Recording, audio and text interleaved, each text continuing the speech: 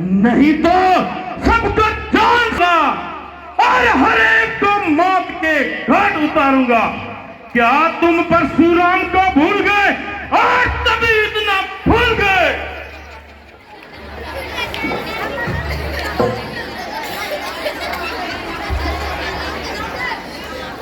मुझसे यह कसूर हुआ है और यह पौधा धनुष चकना चूर हुआ है। क्या तुम्हें की परवाह नहीं थी? क्या जिंदगी की चाह नहीं थी? बेशक खतावार हूँ, जो सजा दो मैं सजावार हूँ। अच्छा, अब भी बताता हूँ और इस हिमाकत का मजाक सिखाता हूँ। अजी महाराज, क्या क्रैंक की नाई उछल रहे हो और बिना बात प्याल से निकल रहे हो? जय कमान तो बिल्कुल गली खड़ी थी, न जाने कब से बेकार पड़ी थी, जिसके लिए आप इतना तिल मिला रहे हो और कैंची की तरह जबान चला रहे हो। कभी परछा संभालते हो और कभी आंखें निकालते हो। अगर कुछ मतलब है तो बता दीजिए, वरना चुपके से अपनी राह। और शेख जैसे गुस्ताख लड़के क्यों दिख चिड़चिड़ करता है? क्या तू मेरे पैरों का जब से नहीं डरता? क्यों तू मुझे नारे गुस्सा दिला रहा है और अपनी मौत को बुला रहा है?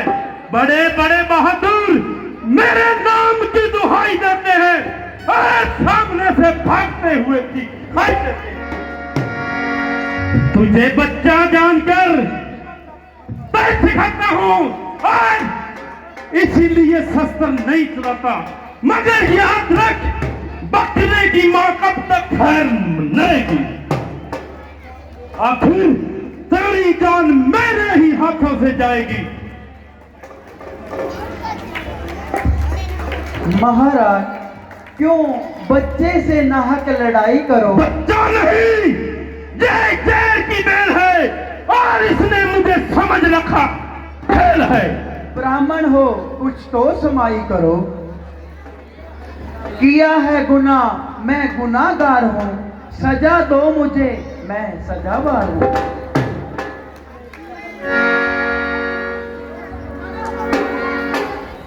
क्यों निकल पड़े इस दरमियान से? मैं खूब वाकिफ हूँ तेरी जान से। यह करता है खुद मौत की जसमजूद है, जरा तो उसको मेरे रूबरू। तो लक्ष्मण भी कोई तमाशा नहीं, जो मुंह में डालोगे बतासा नहीं।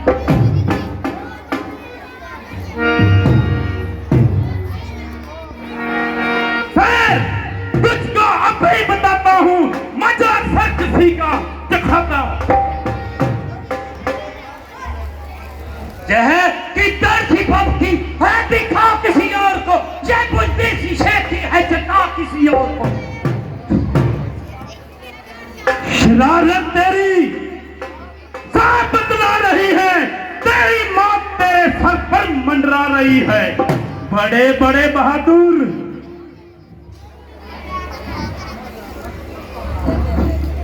महाराज, लक्ष्मण तो नादान है, आपका हुआ उस पर खफा खान है। वह देखो मुझे दांत दिखा रहा है और शरारत से अभी बात नहीं आ रहा है।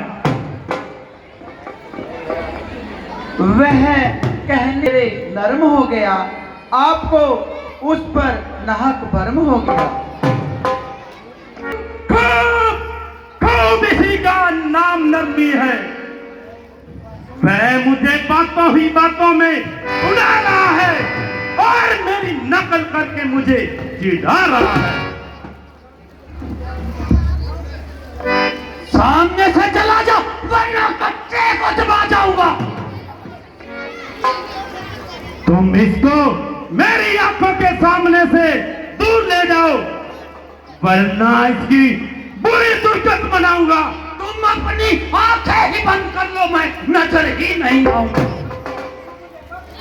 तू मुझे मत दिखाई दे, तेरी भलाई इसी में है कि तेरी आवाज तक भी मुझे सुनना ही नहीं। इसका इलाज तो बिल्कुल आसान है, अपने कानों में उंगली लिए चारों तरफ सुनसान। तू बड़ा शरीर है, आदमियों की तरह बात कर, वरना मेरे हाथ में भी तीर है। और बदजबान बेशैतान, अभी देखता हूं तेरा तीर लोकमान। अजी महाराज, आप इनकी बातों पर न जाइए, अपने गुस्से को जब्त फरमाइए। बस बस भाई साहब, आप ठहर की अवधि हो चुकी। लक्ष्मण के कानों को ऐसी बातें सुनने की आदत नहीं। आपने व्रता ही महाराज महाराज कहकर इसका दिमाग आसमान पर चढ़ा दिया और इसका हौसला इस कदर बढ़ा दिया। अब मुझे अवश्य ही अपनी तलवार संभालनी पड़ेगी और इसकी जो हवा दिमाग से निकालनी पड़ेगी। अरे अजी महाराज, आप बड़ी बड़ी खुशी से अपने शस्त्र संभालिए और अपने दिल के अरमान निकालिए। अरे गंबक, तेरे सर पर ये क्या हवा समाई है? मालूम होता है कि तेरी मौत ही जहां खरीद कर लाई है। बड़े बड़े बहादुर मेरी शक्ति का सिक्का मानते हैं और सामने से भागते हुए दिखाई देते हैं। जो सामने आया जीवित कदापि नहीं जाना पाया। जब बड़े बड़े क्षत्रिय मुझे ताने न ला सके, मेरे सामने गर्दन तक न हिला सके, तो तेरे जैसे बच्चे बच्चे की क्या बिसात मेरे लिए तो तुझसी बात। अगर अभी पर सा हिला दूं, तेरे जैसे हजारों इस पृथ्वी पर सुना दूं, मगर तेरा इसमें कोई कसूर नहीं और मुझे तेरी जान लेना बिल्कुल मंजूर नहीं।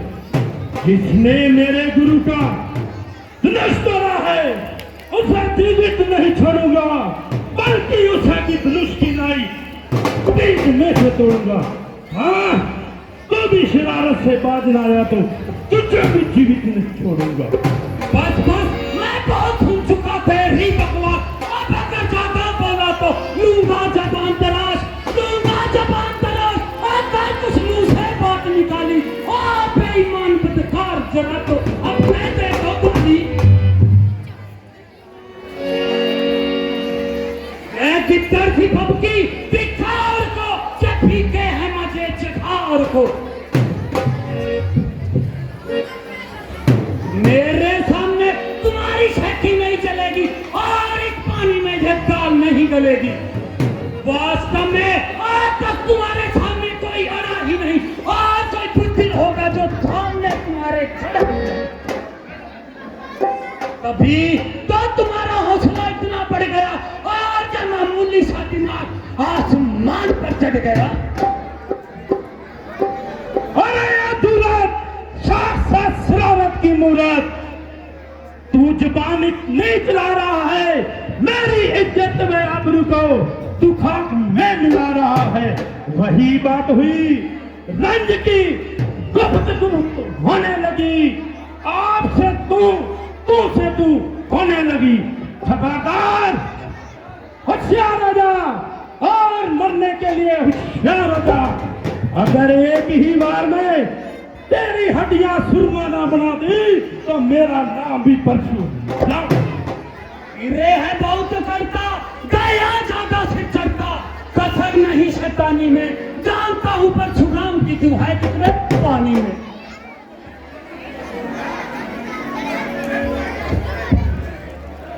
महाराज, जब आपको इसके कसूरवार होने से खुद इनकार है तो आपकी इससे तो फजूल तकरार है। मेरे क्या इख्तियार है, यह खुद मौत का तलबदार है।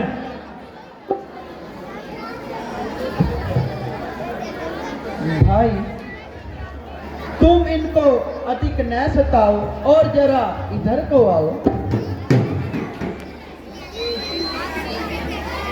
महाराज, आप भी जरा गुस्से को थाम लीजिए और मेरे साथ कलाम कीजिए। पहले इसको मेरी आंखों के सामने से दूर ले जाओ। और फौरन यहाँ से कसूर कर दो। इसका इलाज तो मैं पहले ही बता चुका हूं। देखो वह फिर बोलता है और नाक रस में विष घोलता है। अब यह कदापि नहीं बोलेगा। कहिए महाराज, क्या आज्ञा है? क्या वास्तव में यह तुम्हारा ही कसूर है? बेशक, जो दंड आप दो मुझे मंजूर है। मुझे संदेह है कि यह धनुष उठाया तो आपने मेरे बल को कब आजमाया?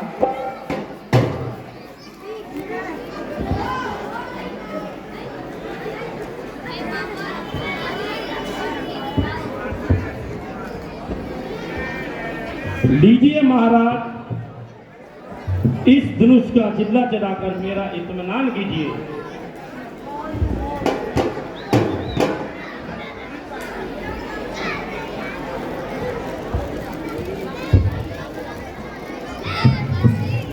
लीजिए महाराज, चढ़ गया। बस उतार लीजिए, मेरा इत्मीनान हो गया। मगर मेरा इत्मीनान तो नहीं हुआ। तुम्हारा इत्मीनान कैसा? मेरा इत्मीनान ऐसा कि मेरा तीर जब कमान पर चढ़ता है तो बिना किसी की जान लिए वापस नहीं आता। तो यह किसकी जान लेगा? तेरी लेगा और किसकी लेगा?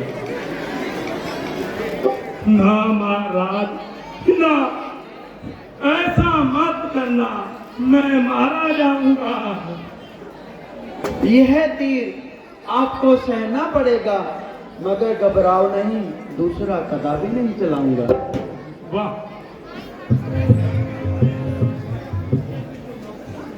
मगर दूसरे की तो नौबत ही नहीं आएगी। क्या एक से जान निकल जाएगी?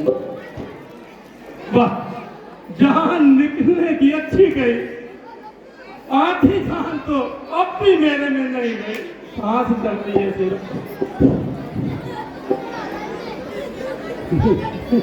भस्मी सर जी हो चुके, जरा परसा तो उठाइए और अपनी वीरता के जोर दिखाइए।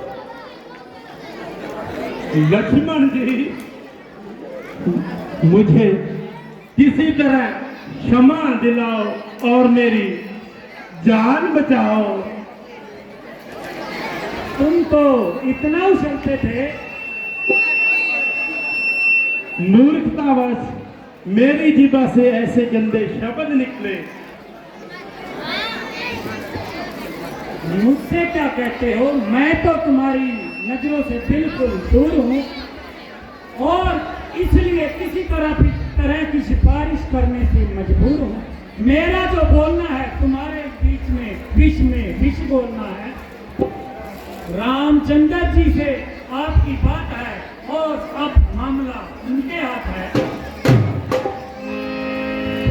इसलिए मेरा बीच में बोलना बिल्कुल वही आता है। भाई साहब देखते क्या हो तो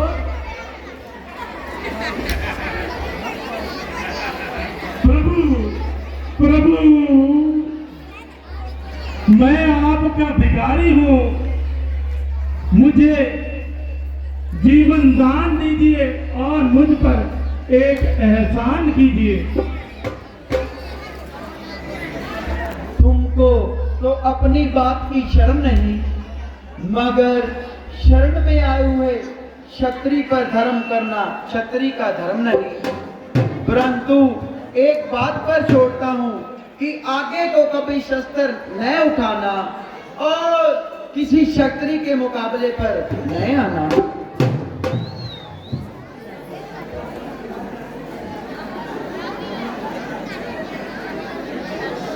आपकी आज्ञा स्वीकार करता हूँ और इस बात का इकरार करता हूँ कि आगे कभी शस्त्र नहीं उठाऊंगा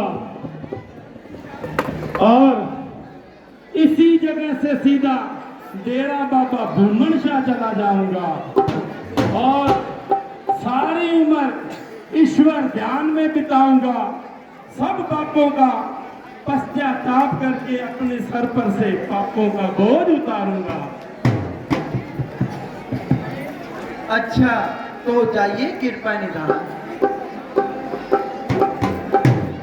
मिश्र जी, भोजन करके जाना। ऐसी भी क्या चलती है, कभी तो हमारा भी भोजन ले लिया करो।